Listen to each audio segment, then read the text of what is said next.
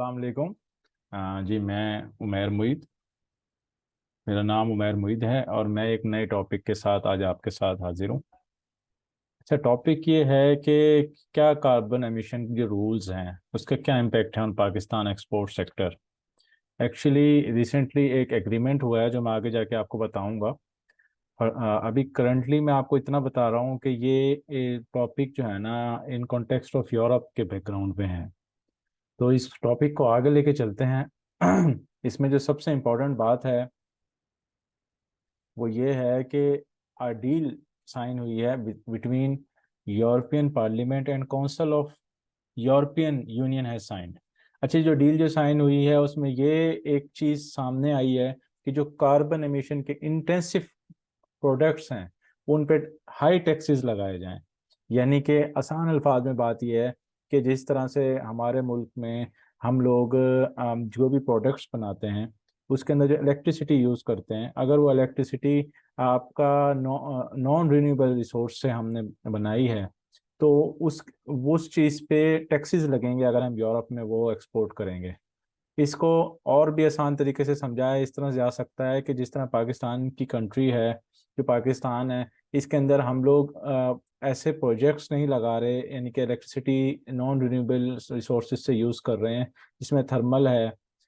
Normally जो हमारे non renewable है, मिसाल को थर्कोल है, जो कि एक very bad impact has a very bad hazards on you can say on climate. तो तो अब जो है ना इसको यूरोप ने एक इस काम को कर्टेल करने के लिए, या हम कह सकते हैं कि इसको जो है ना डिपोज करने के लिए, यानी कि इस काम को रोकने के लिए ये काम किया है कि जी हम जो है किसी भी कंट्री से जो प्रोडक्ट्स लेंगे वो हम पहले इंश्योर करेंगे कि वो प्रोडक्ट्स बने हैं नॉन रिन्यूएबल एनर्जी रिसोर्सेज से, तो फिर ही हम लेंगे। और अगर वो रिन्यूएबल नॉन रिन्यूएबल से बने हैं तो हम उस पर टैक्सेस, सॉरी, नॉन रिन्यूएबल से बने हैं तो उस पर टैक्सेस लगाएंगे। और अगर रिन्यूएबल सोर्सेज हैं तो उस पर हम टैक्स कम लगाएंगे, या टैक्स ना होने के बराबर होगा।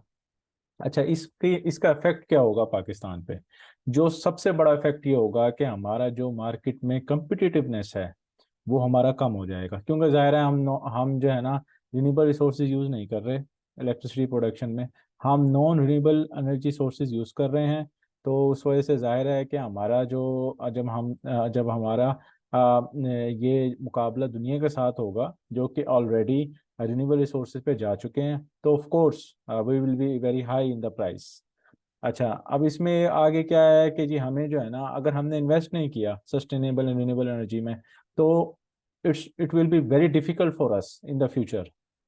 अच्छा, फर्दर क्या है इसमें जो है, फर्दर हम ये बात इसको देखते हैं कि जो दूसरी इंपॉर्टेंट बात है जो इसमें सामने आई है वो है what is carbon border adjustment mechanism. अच्छा, ये एक मैकेनिज्म बनाया गया है जिसके तहत, जिस तरह मैंने आपको बताया है कि उसके तहत कार्बन फी इम्पोज होगी बेसिकली। आपको थोड़ा सा मैं बताता चलूं कि जब भी हम किसी भी एटम को बनाते हैं या कोई भी काम करते हैं उसका एक कार्बन फुटप्रिंट होता है, जो कि मैं आपको फर्दर एक्सप्लेन करूंगा किसी इन्वायरमेंटल की वीडियो में। लेकिन फॉर द टाइम बिंग आप ये समझें कि हर चीज़ का एक कार्बन फुटप्रिंट होता है जो भी एक्टिविटी होती है। तो अब इस जो अभी हमारा करंट सिनेरियो है इसमें ट्रेड के हिसाब से अगर देखा जाए तो वो ये कह रहे हैं कि अगर all the imports into Europe from non members तो उस पर इम्पोज करेंगे कार्बन फीस को।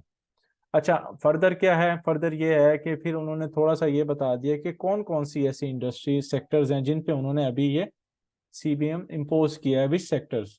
अच्छा, इसमें आप देख सकते हैं कि जो सबसे पहला सेक्टर है वो सीमेंट सेक्टर है, दूसरा जो सेक्टर है वो एल्यूमिनियम सेक्टर है, थर्ड सेक्टर है iron and steel, fourth one is fertiliser, fifth one is electricity and the six one is hydrogen. तो नाजीन, ये एक शॉर्ट वीडियो है, तो I hope you will like it. तो प्लीज़ जो है मेरे चैनल को सब्सक्राइब करें और बेल आइकन को प्रेस करें। Thank you.